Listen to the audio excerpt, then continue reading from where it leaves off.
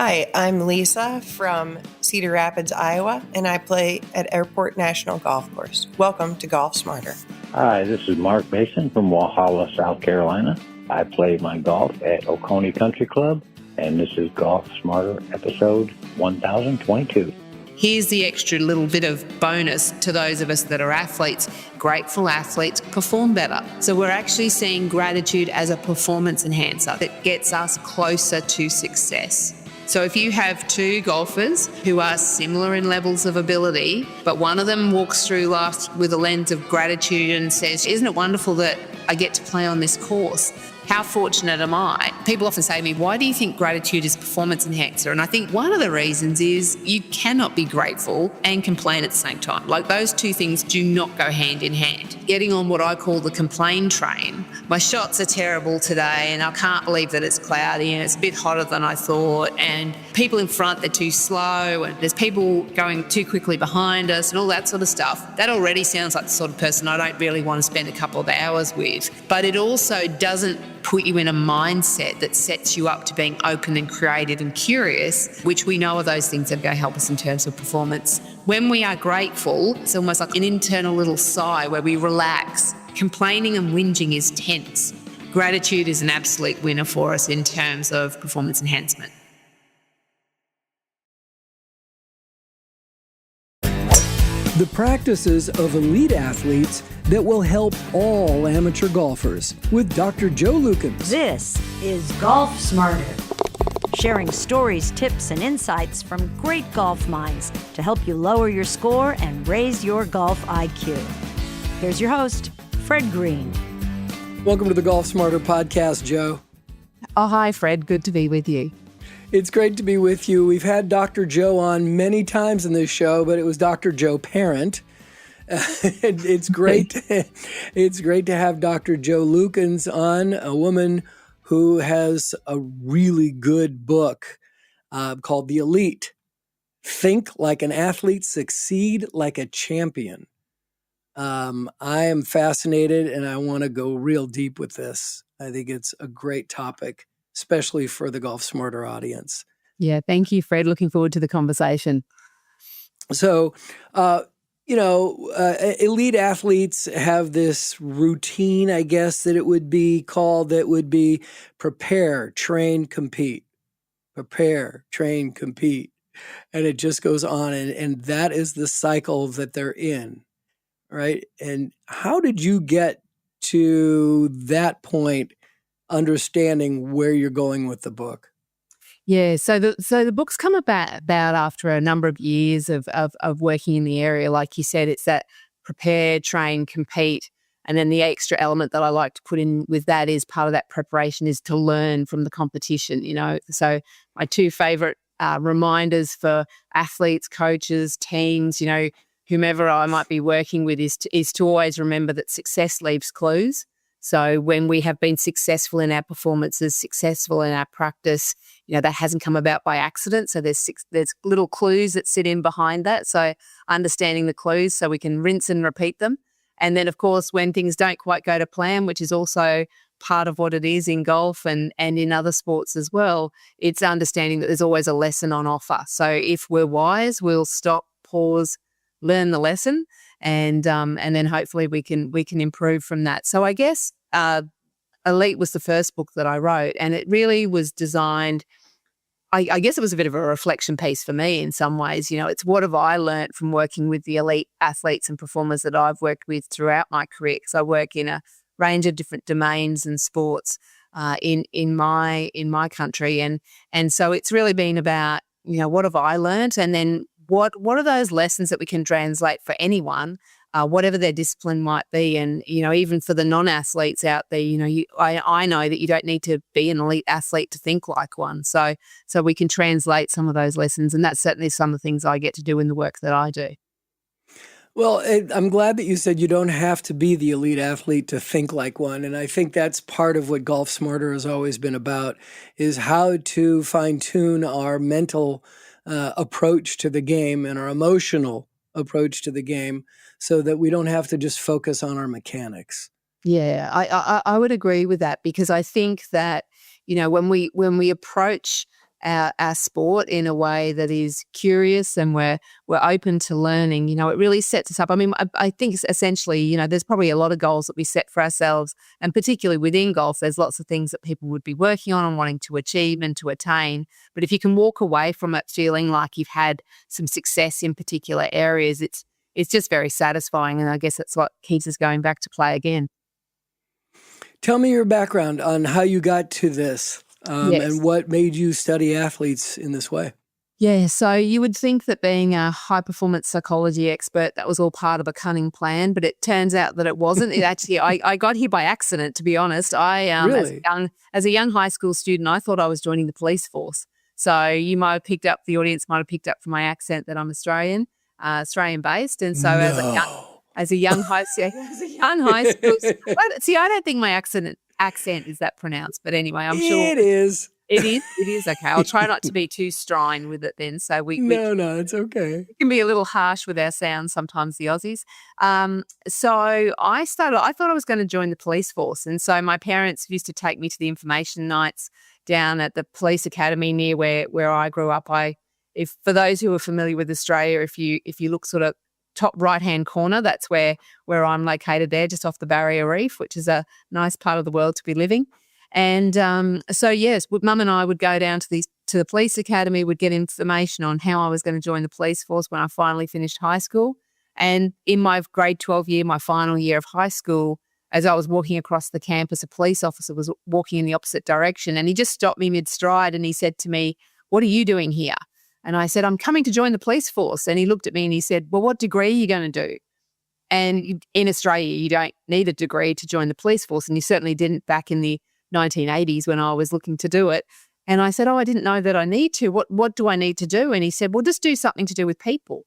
And I said, "Okay." And so being a good child of the 80s, I went back to my school, went back to the guidance officer and said, "I need to do a degree. It's got to be something to do with people." He said, "What about psychology?" I said, "That sounds good." And so I went and did a psychology degree. And I think probably for the good people of Queensland where I live, I don't know what sort of police officer I would have been, but I studied psychology. By the end of my fourth year, I'd found my love of sports psychology particularly. And Australia, like it is in the US, is very much a sports-loving country. So there's lots of opportunity. There's national teams within the region that I live in. And now that I've spent sort of over 3 decades working in sports psychology, I travel a lot around Australia. I have athletes from all different kinds of sports, team sports, individual sports, and so forth. So that's where that all came about. And then about 25, 27 years deep into my work, I thought, you know what? And someone once said to me, if there's advice you're continually giving out, then think about putting it into a book, because that's a way to reach more people. So that's how the Elite came about. And I did a little bit of research into how to write a book and how to get that out there. Turns out that's a whole other adventure.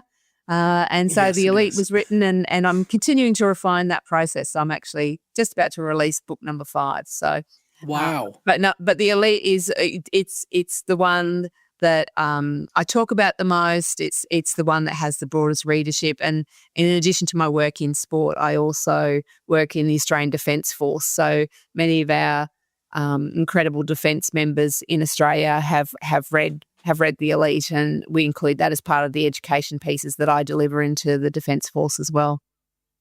Fabulous. Fascinating background. And what took you from police work and training and, getting that psychology, how did you get to sports? So who opened those doors? Yeah, so there was my in our 4th year of our degree, I was given the opportunity to do an honours program, and in that you need to do a set body of work and some set research, and it was actually my supervisor who I went to. She was someone who taught me through my degree. I really gravitated to her. I liked the way she thinked. I liked the way she challenged me, and her particular area of interest was child psychology.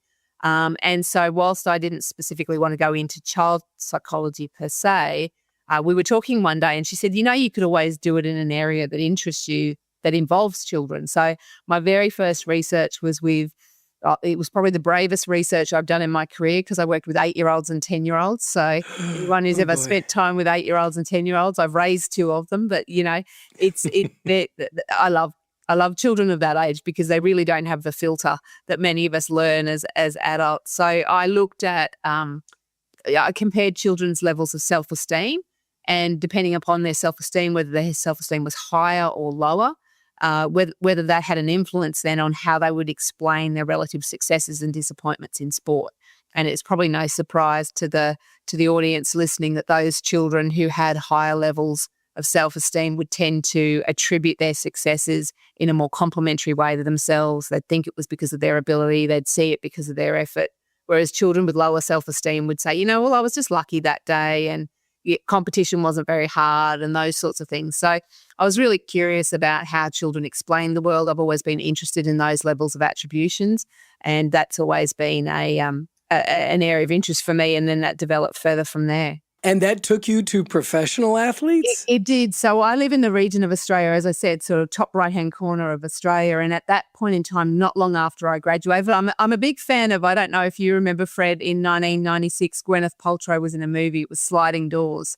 And the Sliding Doors movie was all about, I think in that movie, it was whether or not she took a subway. She got the subway or she missed the subway. And the movie sort of split down the middle and it showed her life. And the sliding doors moment for me, apart from the police officer stopping me, 6 or 7 years earlier, was that a new football team came to our region and they didn't have a sports psychologist there. There wasn't actually anyone working in sports psychology in our town.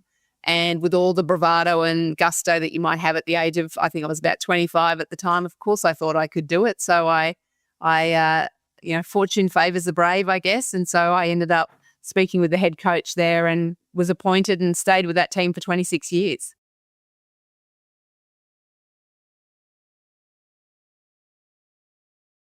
I actually have been to Brisbane. There you go. In the early to mid 90s, I was there with the National Basketball Association. There you go. They had a fan event, and they wanted me to come along to do my thing over there. So, fantastic! It was, and I loved it. I've been begging my wife, come with me. Let's go back to Australia, please. Yeah. So I grew up just north of Brisbane. So okay, yeah. And I work with the Australian Basketball Association. So there you go. Lots of connections. Lots of connections. That's great. In the elite, one of the things that really stood out to me, and I wish I would have known this as a young person, not just through sport but in life, is that failure, the way you describe it here, failure is not the opposite of success, but an integral part of it. I wish I would have realized that not succeeding isn't necessarily failure. It just breeds experience, and it is what gets you to success. Absolutely. It's the pathway for learning, I think. Of course, we would all prefer to have success come our way first time around. That would be, that would be wonderful if that's what happened. But I guess that's not the reality of the world that we live in. Right. And golf is certainly one of those sports that there is so many opportunities to learn along the way and to gain wisdom whilst you're playing and whilst you're practicing. So I think as you say, it's broader than what we do within our sport. It's how we approach life, and when we understand that when the disappointments come, it isn't so much what happens to us; it is about what we do with it. And so when we see those disappointments, and it's okay if it hurts for a little bit, if we kind of feel like we're a bit bruised from the experience. So give ourselves permission to take a deep breath, give ourselves permission to be a bit annoyed by it if that's what we feel that we are. But what we need to do then is to put ourselves on a pathway with what I would call a performance mindset rather than a fixed mindset that, failures, disappointments, all of those sorts of things. Failures is a word I don't typically try to use that too often for myself. But I do recognise the challenges and the disappointments when things don't go my way, and then go, well, here's life giving me a chance to learn something here. I wonder what the lesson is. What separated golfers from other athletes from your research?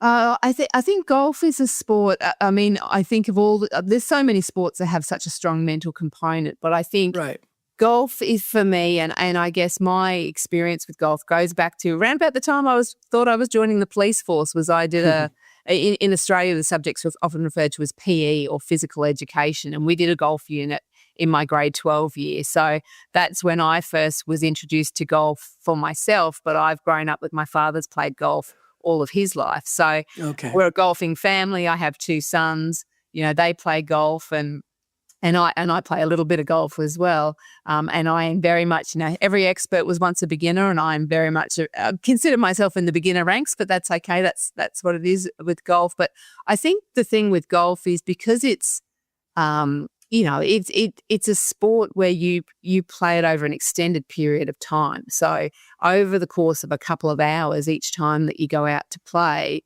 you have a lot of time to think. You have a lot of time to be inside your head, if we want to use that sort of expression. And so it's such a great opportunity to be mindful about the way we choose to speak to ourselves, because there's no doubt that there's that relationship between what we say and how we feel, and how we feel is really what drives what we do. So if something doesn't go to plan on the course, you're driving and it's not, you're driving, you've had a couple of instances over a couple of holes where it hasn't quite been what you've wanted. If your self-talk is, for example, oh, my driving's no good today, then it sounds like you've actually set the scene for what's going to happen in the future in addition to what's happened in the past. So it's that challenge, isn't it, of going, well, okay, so it's true that for the last 3 holes it hasn't been the way that I've wanted it to, but I've still got 6 holes in front of me. So how can I think about this in a more helpful way? And I think one of the phrases that, I guess the framework that I've found that's particularly useful for a lot of the athletes that I work with, but also for myself, is to look at it through the lens of what's going to be helpful right now. So, when I've worked with golfers, it's really been about, in light of where I'm at right now, in light of what's been happening, about how I'm feeling, what's the most helpful approach for me moving forward? And if you can move yourself closer to the helpful, then, you're less likely to go down a path where you're maybe negative or self-deprecating in a way that doesn't get you closer to the goals or the success that you're looking for. And what can be helpful right now? I mean, I frequently have said that history has nothing to do with golf. When people start, oh boy, I can't drive today, it's not working. It's like, well, that has nothing to do with your next shot. And if you place that in your head and start telling yourself that, then you're doomed.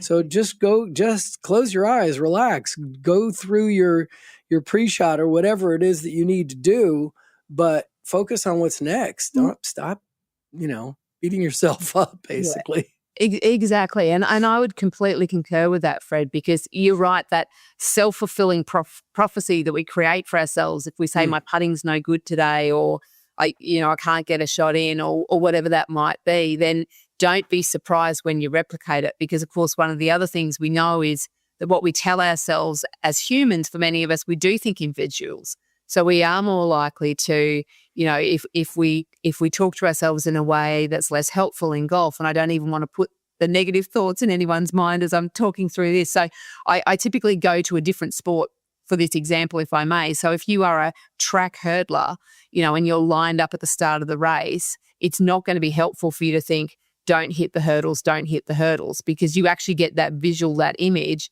of the hurdles going down. What's more helpful is to go, well, as I approach the hurdles, I clear the hurdles, I clear the hurdles, I clear the hurdles. So the same applies in golf, that, as you said, it might be about your pre-shot routine. It might be about a visualization. There might be a cue word you say to yourself, or maybe you just simply exhale and you don't think about anything, So some performers that I work with, they like the verbal cues for themselves. Others just say, I don't actually want to think about anything. I just want to feel my way through it. So we all have to find our own pathway. But I do think you tapped into probably one of the most important elements in sport, but particularly in golf. It's that understanding that as humans, we've got 3 dimensions of time that we operate in. Like you said, our history, what's happened to everything right up to this moment, what's happening in this current moment right now, and then what does it look like in our future? And physically, we can only be in one of those spots, and that's in the present, because unless we've got a time machine, which would be kind of cool, but we don't have one, so we can't go back to this morning. We can't go ahead to the weekend, whenever it might be sometime in the future. So physically, we can only ever be in the present, but mentally, we're time travelers. Mentally, you can take yourself to wherever you want to be. Like you said, you could be thinking back to what happened on the first hole, or you could be thinking about what's going to happen when you get to the clubhouse or whatever it might be. But the challenge for athletes, the challenge for golfers is to have their head in the right place at the right time.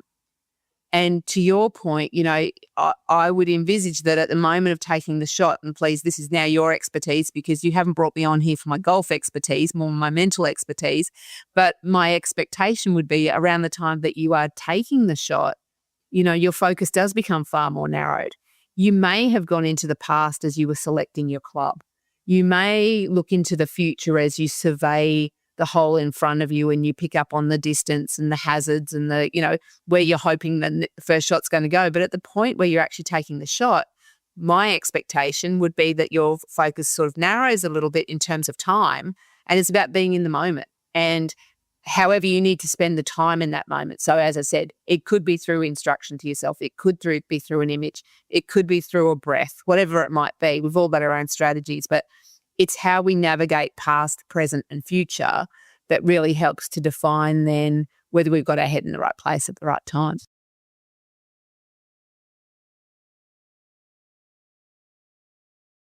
Regularly, when I'm playing with someone in there, or even myself, don't hit the water, don't hit the water, don't hit the water. I always, chime in and say, the last 3 words you just said, hit the water, hit the water, hit the water. And they're like, what? Oh, yes. Yeah. Don't even just focus somewhere else. Absolutely. And I think the good reminder there is that our brain struggles with the word don't. Your advice is so wise there. It's almost like if you can imagine those 4 words written down on a page, put a big line through the don't because your brain doesn't hear it, and if we go, my go-to example, which probably resonates well for you at the moment, is I say, don't think about the Eiffel Tower. And when we don't think about the Eiffel Tower, boom, there it is, right there in front of us, that we do think in visuals. And so, it's that extra little bit of work that we need to do to tell ourselves, so, okay, we know we don't want to hit it into the water. So where do you want to hit it? And if it's down the fairway, down the fairway is helpful 3 words. Not in the water is the unhelpful one. So that translates across life, doesn't it? You have a 3-year-old in your lounge room with a glass of water and you tell them not to spill it. And then you wonder why you end up with water all over your floor, So what you need to say is careful hands, So and that's when we're instructing others, but it's also when we're talking to ourselves, because when we have a don't phrase in our mind, we've then got to do all that extra work and transfer it back to what the actions are actually going to look like. Exactly. So the subtitle of the subtitle of the elite, think like an athlete, succeed like a champion, would be the subtitle of the elite. But the next one is the one that really got my attention. That's 10 things the elite do differently. Can we break those down? Yes, we can. Oh, please. And I mean, certainly that's what I've done in the book is so. And what I learned in my research about how do you write a nonfiction book is it seems that the general model is that you write a 12-chapter book with an introduction and a conclusion, and then you have your 10 chapters in the middle. So the 10 chapters in the middle, and that's where I've broken it down into some of those key elements that my experience has told me is that when athletes get some of these things right and work, and they're all a work in progress, so it's not like you work your way through the list and just tick them all off, is that, for all of us at whatever age we are, we're generally a work in progress. We're working on some things. There's always something to work on. So those are certainly the 10 key chapters there in the elite are the key messages that I really wanted to focus on in that first book that I wrote. Because what I wanted to be able to do is translate some of the lessons of high performance so that anyone can read it, and hopefully it's a very comfortable read for people to read or listen to the audiobook, however they might want to do it. But, we've got those lessons there and we can dip into those, spend a bit of time with them and work on our skill sets. But if it's a golf book, it's got to be 18 chapters, I think. Well, yes. I'd have to make smaller chapters. So maybe the golf book that I write will actually be 18. Or as my son did the other day, he I think he was avoiding doing some chores at home. So he actually played 36. So he had so much time the first time around, he went around again. So that might be a 36 chapter book. All right, so let's start with. I mean, I don't really care on what order it is, but I'd love to get to these 10 things that elite athletes do that we could learn from. Not that we don't, but let's also put in perspective that most elite athletes are young people. Yes. Right? I mean, whether the Olympics or professional sports, they're between 18 and 30 years old. And we're looking at them like they're heroes or something, but they've got a talent or they've, got a work ethic that puts them in a different place than most of us who have a work ethic for our work. Right? So we shouldn't try to compare or look to those people as guides for our lives. But with that said, let's break down the 10 things. Yeah. So I think one of the first things that I would say is, and it taps into what we've been talking about, is about having a master plan for your mindset. So it's understanding some of those things we were talking about earlier, that you can have a very fixed mindset around how it is that you think, or you can be open and you can be curious. And interestingly, in the next book that I'm writing, I'm talking a lot about curiosity. Which fits in really nicely with that notion of having a little bit of a master plan around your mindset. It's understanding that the way that you think matters, which is such a simple concept in some ways, but it makes such an incredible difference. And having that curiosity, being open to ideas, is that, what I find is that when I meet curious souls, and whether that be defense personnel, whether that be elite athletes, whether it be, really experienced coaches that I work with and so forth, it's about having that openness, that curiosity, that flexibility in terms of thinking, about being open to, so maybe in my golf game, actually my putting's actually probably the best bit of it, but, so let's say my driving is where there is the most room for improvement. So how's that for a positive reframe? So let's just say that's what that is for me. So exactly what I've just done there, see how I've really tried to positively reframe that, it's not the strongest of my skill set when it comes to golf. And if I say to myself, well, I'm not good at driving, then that sounds quite fixed and it sounds quite permanent and it doesn't sound particularly positive. But even just shifting that thinking slightly, I'm not good at driving yet. It recognizes that possibility for improvement. And so I think one of the key things for us to have is that notion of that particular mindset piece. And I think that's what's really helpful for us to start that with the approach around our actual mindset, because we know that your attitude can be your greatest acquisition, or it can be one of your biggest barriers. Absolutely. Yeah. Absolutely. And probably, and again, with golf, there's so little time that you're actually playing golf. And so much of the time is beating yourself up, going over the last shot or worrying about the next one. Yeah, absolutely. And it's challenging, isn't it? Because for many people who don't go down the elite pathway, which is the majority of golfers, this is the fun stuff. This is what you're choosing to do in your recreation time, and it's a skill that you're choosing to build. So we want to find those ways to find the enjoyment in it, rather than spending 90% of our time being frustrated and annoyed and, like you said, beating ourselves up. So that can be really quite challenging. Absolutely.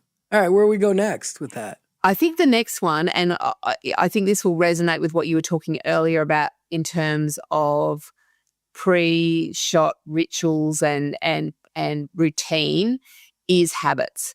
Now, look, to be honest, when I go into a room of people because I do lots of presenting, and I say, and I know we're going to talk about habits because I know how incredibly important they are. About 40% of what most of us do every single day is on autopilot. They are the habits that we have. If you think about brushing your teeth this morning, and let's assume we all brushed our teeth this morning, but your routine of brushing your teeth, what it was today is probably what it was yesterday, is probably what it'll be in a week's time.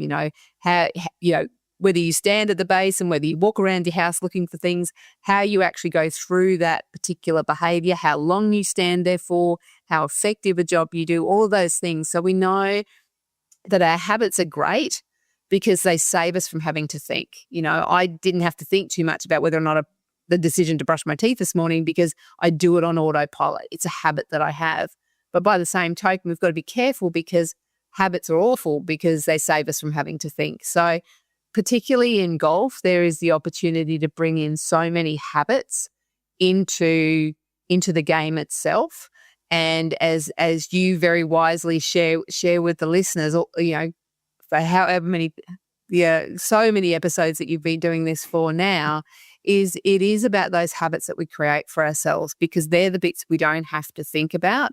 And as we get more expert at something, what we're typically doing is we're just creating more habits because the more habits you have, the more automated you can make some of those things, the less thinking you have to give them. If anyone can remember back to when they first started playing golf, and you think, it's a cognitive sport as it is, there's a lot of thinking involved in terms of there's a lot of intricacies and a lot of technique involved in doing it well. So when you're first starting, you can feel like you're running 100 instructions through your head, which we know isn't necessarily helpful. But, over time, some of those instructions are less necessary because through routine, through repetition, but also through habit, they've been created. So habit acquisition is probably, I think, one of the most important elements.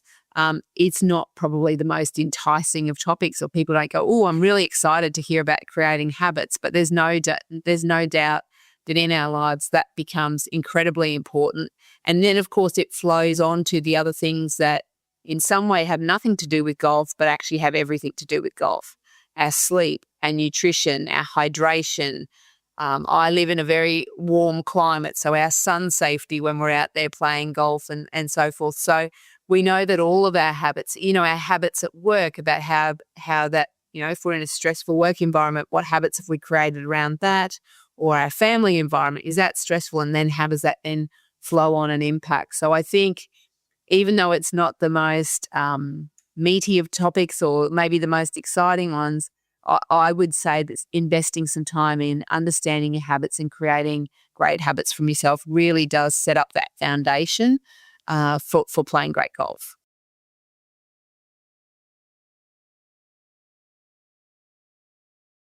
Joe, you're on the Golf Smarter podcast.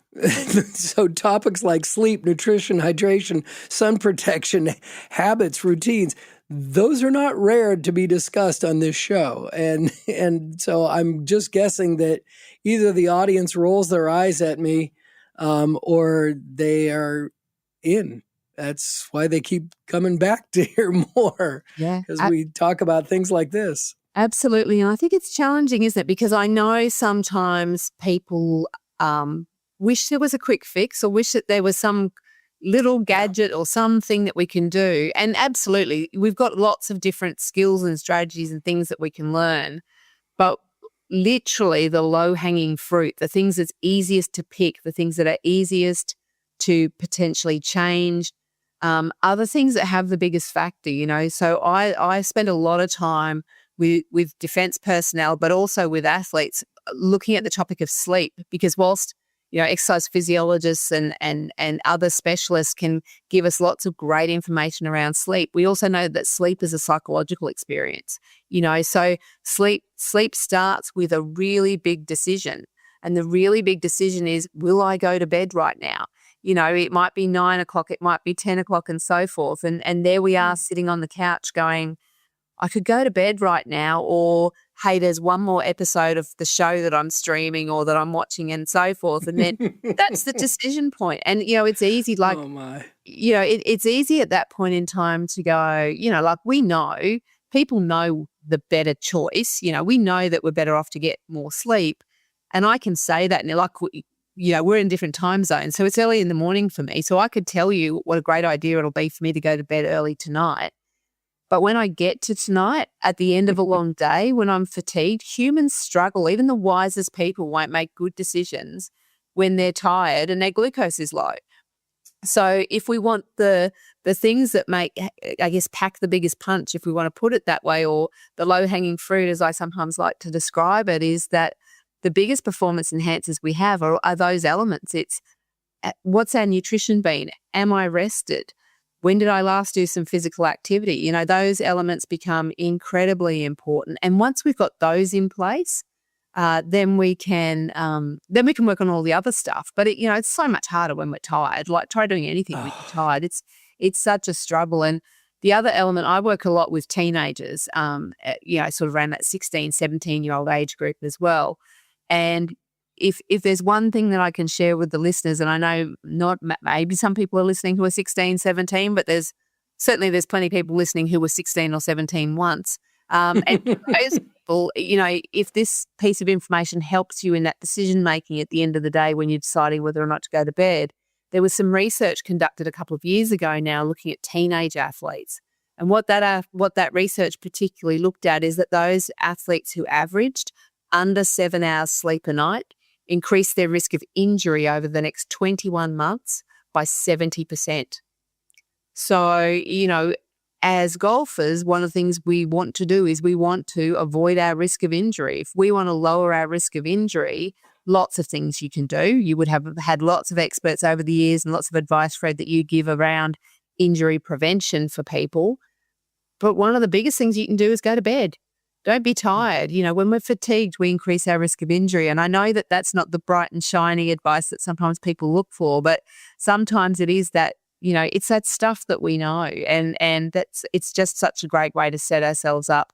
If you want to get closer to your goals, whatever they might be, if you want to get closer to higher performance, fulfilling those factors, sleep, nutrition, and physical activity they're really powerful things that we have at our disposal that we can do every single day that will help us.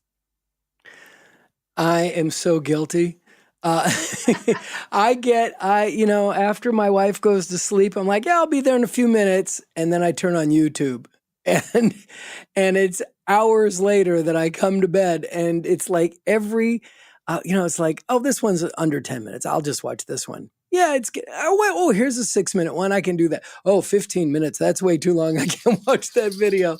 And I spend hours on YouTube when I should be going to sleep. And I know I should be going to sleep. Yeah. And it's like, well, how did it become 11:30 all of a sudden? And why am I still here? Oh, absolutely. Gosh. And then part of that, Fred, is, you're making a choice. But part of it, the other reason that makes it harder, it's a harder choice, is because you're tired. And when we're tired, like, to be honest, and I'm probably going to sound a bit illogical as I say this, but if I think about my reality, if it's in the evening and I'm sitting on my couch and I'm watching some TV, it is so much harder to get up, turn off the lights, put the cat out, shut the door, go and brush my teeth, climb in, get into my pajamas, climb into bed. That's so much work. I don't even have to press next episode anymore on my remote because the streaming channel I use just flips straight into the next episode. So there's no effort to get off the couch, but getting up and going to bed is work. So I've got one little handy hint that worked for a number of people that I work with over the years and most people, the other trap is that most people have got their phone close by. So let's use our phone for good rather than for less good. And one suggestion that I found worked for some people is to set your alarm clock to go to bed. So if you know that your life would be improved if you went, and I'll make it up, if you know that you'd be better off if you were heading to bed at 10 p.m., then set the alarm for 10 p.m. And when the alarm goes off, and this is what I talk about, I talk about habit stacking and how to do that in chapter 3 in the book. The chapter's called Success on Autopilot, but it's really about when the alarm goes off, then I go to bed. And and I think the curiosity that we were talking about from chapter 2, that if you can do that and say, well, look, it's not that I have to go to bed early forever, but let's try it for a month and see how I go. Let's treat myself like a little science experiment, and I'm going to try 1 or 2 little changes. Please don't try lots of changes because it's way too much for our brains, and our heads explode when we do things like that. So just, I'm a very big fan that little by little, a little will become a lot. So, just making a small, if you can. And I remember a soldier I worked with who brought his bedtime forward by about an hour and a half because he was staying up close to midnight. And I think he changed his bedtime to about 10. He said his first week was not fun because his body just couldn't adjust and it took a little while. But then after that, he was waking up without his alarm clock. He was feeling like doing some exercise in the morning. He'd pack his lunch and go to work. He was saving money, like all these flow-on effects, all because he went to bed a bit earlier. So it can be helpful. So I'd say if you're not sure, if you're a bit doubtful, maybe give it a little try and see how you go.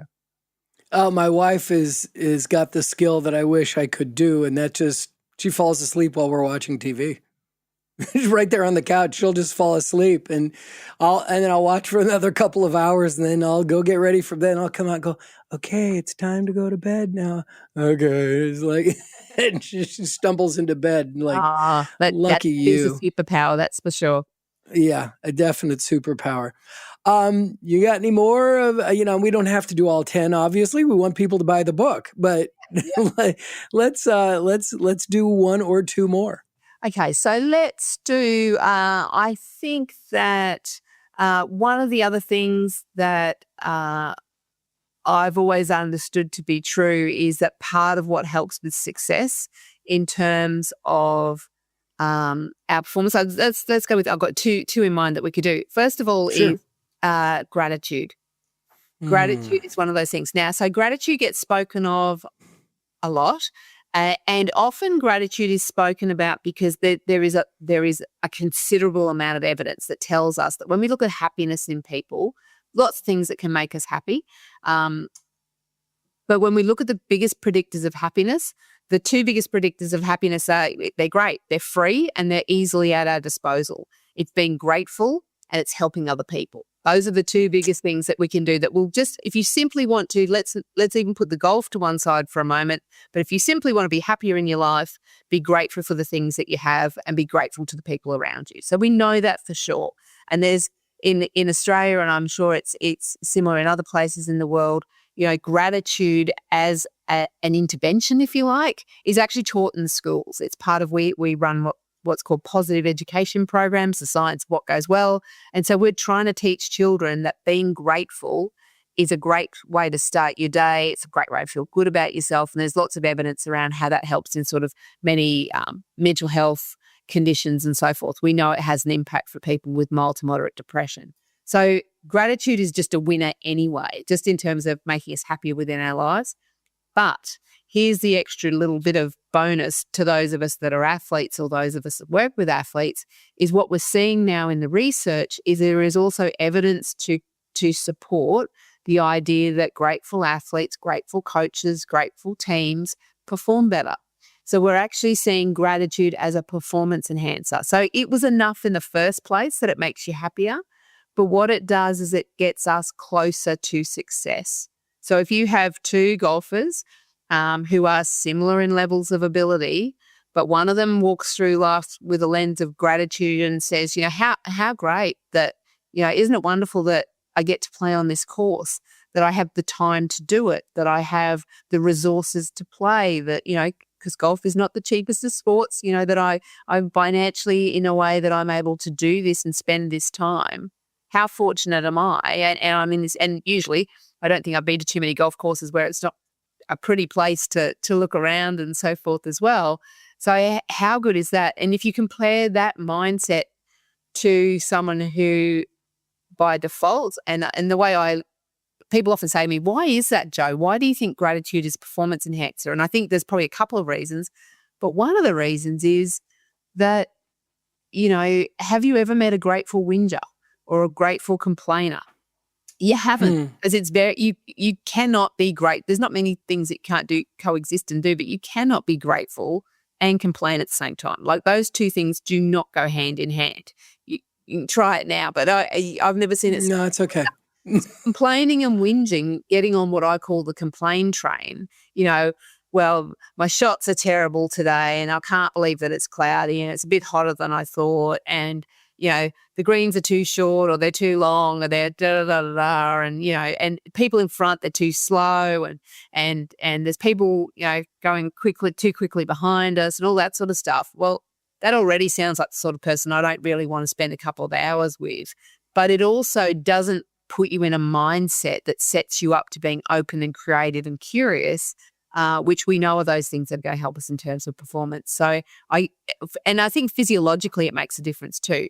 When we are grateful, it's a happy place. It's almost like I say it's almost like an internal little sigh where we relax. Whereas if I'm not grateful, if I am complaining and whinging, I'm going to exaggerate it for those who are watching on the YouTube. But if you can imagine for those who are listening, I'm scrunching up my shoulders, I'm furrowing my brow, I'm scrunching my hands. Like complaining and whinging is tense. So my understanding of golf is, you're probably not going to say, well, Joe, your next shot, you're going to do a really good job if you completely tense up through it. You're not going to tell me that. So why would I be thinking to get me closer to being tense rather than being relaxed? So gratitude is an absolute winner for us in terms of performance enhancement. Absolutely. And I think that's a performance enhancing drug that is not in jeopardy of being banned very soon. Absolutely. And the thing is, it's free. You can be listening to this podcast and almost momentarily, thinking about the things that you're grateful for. You could be standing there, maybe you are waiting for your tea time or whatever it is to start. And you could sit there sort of, worrying about something you can't control, like the speed of the people in front of you. Or you could go, well, this is a bit of extra time on the course and how beautiful is this? So that gratitude piece is really, and I don't think there's any research in it, but I'm very sure that grateful people are better looking as well. So maybe it has that effect. Oh, that's awesome. And I wanted to just make sure we cover part 2 of the two biggest predictors of happiness. And let's go to part 2 on that. Yeah, so part 2 on that is helping others. So we do know that when we lean in literally to others, when we do things to make lives for others better or improved, or we assist them in some sort of way, not only does that person get the benefit of our help and assistance, which is a great enough reason to do it, but we also need to understand that it flows back to us. It feels good to help others. There's a little dopamine kick that comes with it. And that fits in with one of the chapters in the book, which was going to be the second point that I was going to make. And that's why those two go so well hand in hand, is because we know that people matter. And, if we're looking at this in terms of our success in golf, whatever that might be, or our ability to perform well in it, it is based on those people who are around you. Maybe part of your golfing success is because there's other people in your life that helps carry the load at home, say if you've got home commitments and maybe a partner's at home looking after people or animals or whatever it might be, or doing something in the home that enables you to then go and play golf. Maybe you then do that in return for them so they can spend their time doing the thing that brings them joy. How you manage your relationships is really critical to your life. And we know that when we're engaging in a sporting endeavour, we don't do it in a silo, that when we could talk to others about it. And in golf, we've always got friends who play as well and can talk for hours at a time, I guess, about golf and the intricacies of it and how it all works. But I guess human connection is important for us just as humans.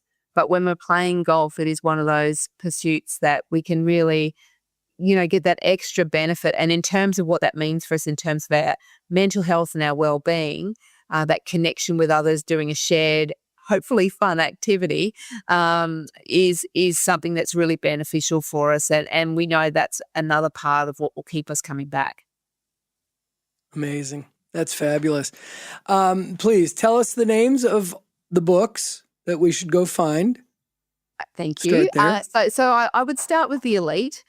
So The Elite is it's written at a sort of grade 10 level. So, 14, 15, from age 14, 15 up is probably a time when you could be reading the book. And the nice thing about The Elite is we know that people learn and read and consume information in different ways. So I've got it there as paperback, as an ebook, and also as an audio book. And it is actually me. It was the longest weekend of my life when I did it, but I recorded the audio book. That was also a test of perseverance. So I've got The Elite. Then in 2020, I wrote a book called In the Grandstands, and that is a parent's survival guide for teen sports. So we know that there's lots involved in sports parenting. So that was actually, you can probably guess the age of my own children at the time that I wrote that book. I also wrote an interactive journal, which is called The Game Plan. And the game plan goes through the 5 predictors of high performance. And we've actually talked about some of them on the episode today. And that journal, it's designed as I think that works best as the paperback because then you can actually write in it.